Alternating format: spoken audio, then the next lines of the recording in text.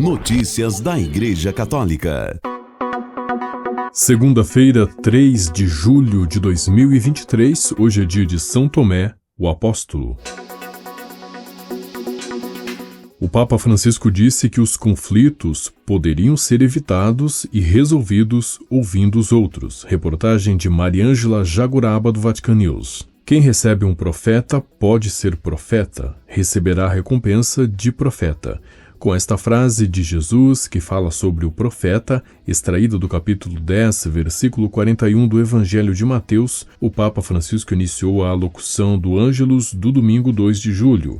Da janela da residência pontifícia vaticana, o Santo Padre se dirigiu aos fiéis na Praça São Pedro e demais partes do mundo, fazendo a seguinte pergunta: mas quem é o profeta? Há quem o imagine como uma espécie de mágico que prediz o futuro. Esta é uma ideia supersticiosa e o cristão não acredita em superstições, como magia, cartas, horóscopos ou coisas semelhantes. Mas a propósito, muitos cristãos procuram quem lê as palmas das mãos. Por favor. Outros retratam o profeta apenas como um personagem do passado que existiu antes de Cristo para preanunciar sua vinda, disse ainda Francisco, acrescentando que o próprio Jesus fala hoje da necessidade de acolher os profetas. Portanto, eles ainda existem, mas quem são? Quem é o profeta?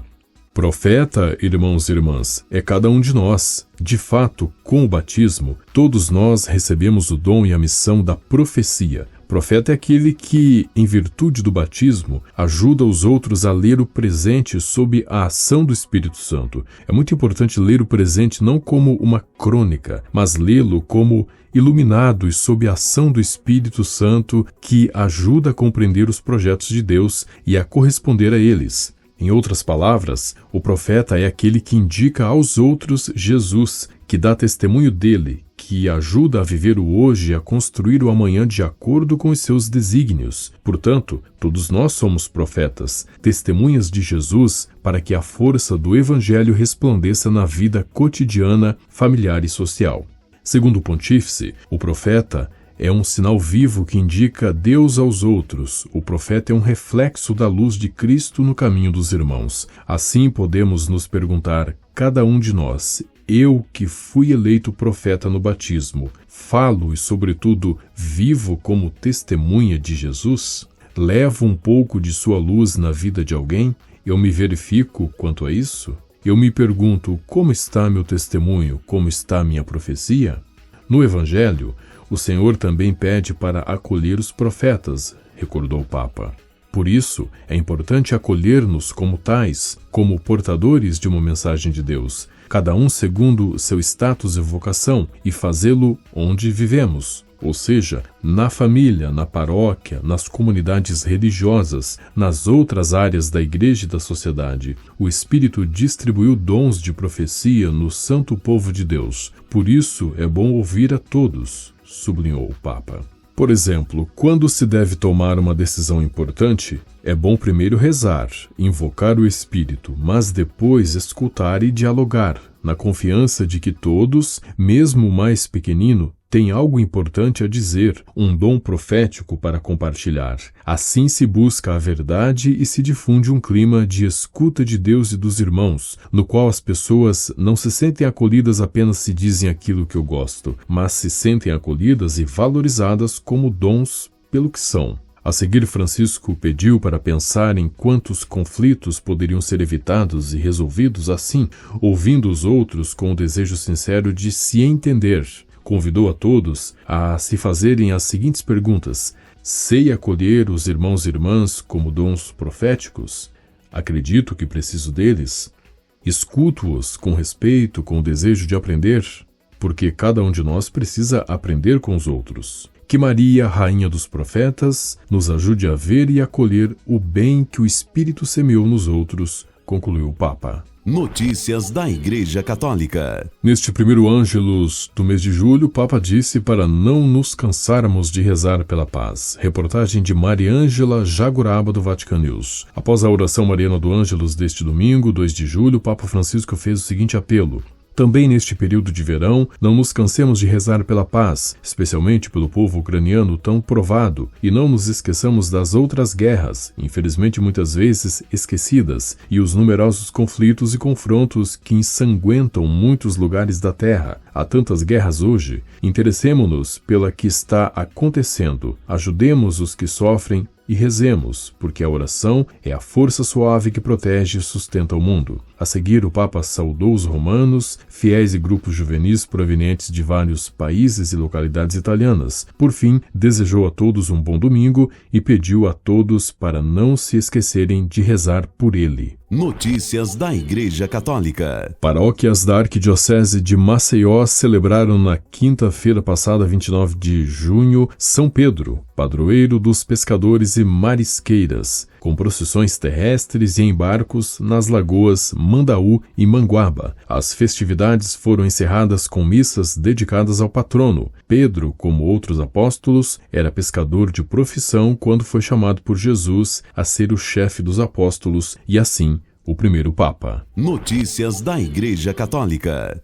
Cardeal enviado pelo Papa à Ucrânia põe o avental para servir comida às vítimas da guerra. O cardeal Konrad Krajewski, ex-moleiro do Papa Francisco, está pela 6ª vez na Ucrânia para ajudar os afetados pela guerra em andamento no país desde fevereiro de 2022. Um vídeo divulgado nas redes sociais na quarta-feira mostra o cardeal com avental servindo comida para a população de Kherson, cidade ao sul da Ucrânia. Krajewski deixou Roma na quinta-feira, 22 de junho, e 5 dias depois chegou a Kherson, após percorrer 3.125 quilômetros. Notícias da Igreja Católica.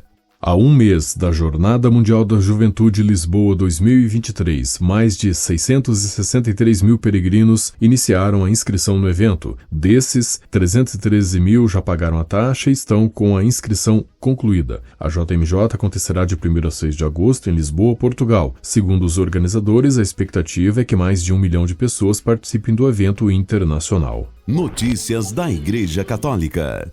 O padre ativista pró-vida Fidelis Mosinski, dos Frades Franciscanos da Renovação, foi condenado a 6 meses em uma prisão federal por bloquear o acesso a uma clínica de aborto da Planned Parenthood ao colocar correntes e cadeados no portão de entrada. Na manhã de 7 de julho de 2022, o padre fechou por 2 horas a clínica da Planned Parenthood na região metropolitana de Nova York, em Hempstead, Nova York. Ele pôs cadeados e correntes na entrada da clínica e cobriu alguns deles com cola, segundo o Departamento de Justiça dos Estados Unidos. Mosinski pediu ao juiz Steven Tiscion para mitigar de alguma forma a injustiça que essa corte perpetrou, dando a ele a sentença mais leniente possível. Em vez disso, o juiz deu a sentença mais severa possível, baseado no fato de que o frade foi preso antes por seu ativismo pró-vida. Notícias da Igreja Católica. O arcebispo de Nova York, nos Estados Unidos, cardeal Timothy Dolan, publicou um vídeo sobre o que fazer quando veem ou ouvem uma ambulância, um carro de bombeiros, um carro da polícia ou um cortejo fúnebre. Se você escuta uma sirene, seja de um caminhão dos bombeiros, uma ambulância, uma patrulha policial, faça uma pequena oração, disse o cardeal Dolan no vídeo publicado no Twitter em 28 de junho de 2021.